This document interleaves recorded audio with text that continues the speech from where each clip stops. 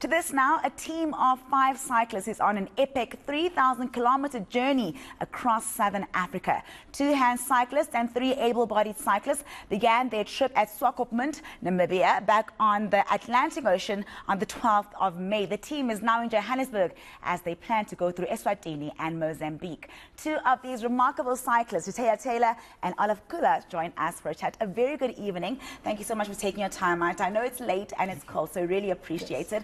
So, Olaf, I'm going to begin with you. If you could just talk to me about what exactly able-bodied is and what the ambitions are behind this big trek. Fantastic, thanks. I think it began as a fantasy of mine, a dream of mine more than 30 years ago to ride my bicycle across Africa. I used to be able-bodied. And then subsequently losing the ability to walk, I discovered hand cycling, and that dream came alive again. Yetu means our resilience in Kiswahili. Yetu is a common, I think, in all across Bantu languages. So it's really our, meaning across Africa, opportunity to show our resilience and do something epic to show that people with disability is not inability. Yeah. So Jataya, where have you been already? I know that you've already started the trek. South Africa is one of the stops, but how much of the 3,000 kilometers have you covered and where have you been? So we've done pretty much more than a little over half of the way through the trip. We started in Namibia, made our way through Botswana, and then finally here in South Africa, getting ready for our, pretty much last leg of this epic journey. So Namibia, Botswana, and now South Africa. What are some of the differences that you've noticed from traveling to these 3 countries? Are they very similar? Are we quite different? Well, and Olaf would agree with me that each one definitely has its difference, whether it's this game preserves that take up a lot of the space and you don't see villages, to going into Botswana, where every time we passed through a village, the chief or the lead council member would come out and bless us on our trip. Yeah. And so the difference in the diversity of populations was pretty stark, including when we came over the South African border. That must be really amazing, traveling like that and getting to experience different cultures and different people. Yes. Olaf, just talk to me about, obviously, one of the aims of this course is to bring attention to paracycling and some of the challenges that is faced by paracyclists. What are some of these challenges, especially when you look at the poverty cycle?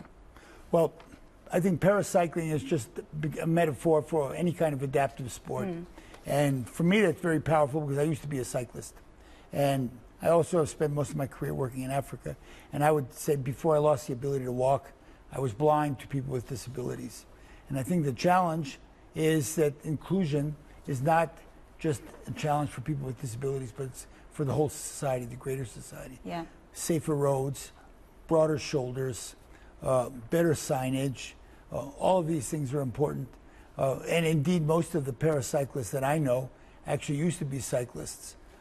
And in fact, Vusi Makaneni, the person around whom we organized this event in South Africa, he was an active cyclist a little over a year ago until he was hit by a trailer. Yeah. So it affects not just people with disabilities, but it's something that's important to all of us, is to make spaces safer and more accessible. And Jataya, you would agree with Olaf. What have been some of your challenges and your own personal experiences? So when it comes to any kind of sport, financially, the equipment is expensive. If you want to play basketball, you can go out buy a pair of sneakers. Yeah. We need a very expensive wheelchair. So, and as we all talk about it, play is important. Olaf preaches this, that it creates imagination. It's a part of who we are. And without that, we're kind of lost. We forget to dream. Yeah. And so getting people involved in sports and cycling, and I asked a group, have you ever danced in your wheelchair? They looked at me like I was crazy. I'm like, come on. So you dance in your wheelchair? Yes. Imagine what you can do in your wheelchair. The wheelchair is an extension of our body now, or crutches or anything you use. So imagination and play leads to that. It's all about putting the spotlight on it. Now, Olaf, I know that you guys are still going to be in Gauteng for a couple of more days. What are you hoping to achieve while you're out here? Well, thank you so much for this opportunity to talk to the broader audience about the importance of being more inclusive. Tomorrow morning, we're taking off, and we'll be riding 73 kilometers from Balfour to Benoni. I hope I'm pronouncing that right. It's Benoni, absolutely right. Benoni, and I think at 8 o'clock at Dingo's pub in Balfour, where we're starting. So we're inviting everybody to cyclists, paracyclists, adaptive cyclists, bicyclists to come join us and sort of experience working together with adaptive cyclists. Yeah. My bike has 2 poles on the back of it, as does Vusi's. In actual fact, the only purpose of those poles is to help able-bodied cyclists help me keep up with Jay. But it also is a way of sort of sharing the workload between adaptive and able-bodied cyclists. If I were to have the opportunity to leave an impact, it's BD started as a dream and then became a reality as we pedaled it. If it's going to have any kind of legacy at all, it's got to become part of the dream of South Africans to create a different future, a better future that's more accessible. Yeah, very important, and I think that it's so great that you guys are out here bringing that attention. I think it's going to make a world of difference. Just before I let you guys go, Jataya, talk to me about the physicality of it. I mean, it could not be easy trekking for so many kilometers. We're going towards 3,000 kilometers. How is your body feeling? What is the toll that it takes on your body? So they laugh at me. Every 4 to 5 to 6 days, we have rest day. And on that rest day, I am in bed. I am laying on either side to decompress my body, not putting pressure on the same areas. And they know better than to get me out of bed. Today, they figured out the one way to get me out of bed, and that was a problem with Vusi's hand cycle that we had to work out. So the reason why I got out of bed, and of course, to come here to, press our message. So it's definitely very physically demanding. If you think about doing that on an upright bike, now think about just doing that with your arms. I can imagine the strength that you got to have in your arms. Wow. Yes. No, I'm very impressed. Better you than me. I'm very impressed. I'm not that fit at all. Olaf, we're going to let you go, but I just want to quickly find out, so when you leave South Africa, where's the next stop?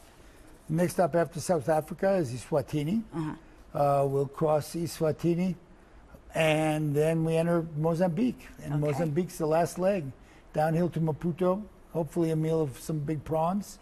And we will have completed what we didn't even know was possible for ourselves a month and a half, a little over a month ago. The sightseeing is going to be so wonderful. I am so jealous of you guys, and I wish you all the best in your initiative. I know that it's going to have a huge legacy going forward. Thanks so much for stopping by. Thank you so much for your time. You're most welcome. That is Jataya Taylor and Olaf Kula, 2 members of the BD team who are embarking on a very important trek across Southern Africa.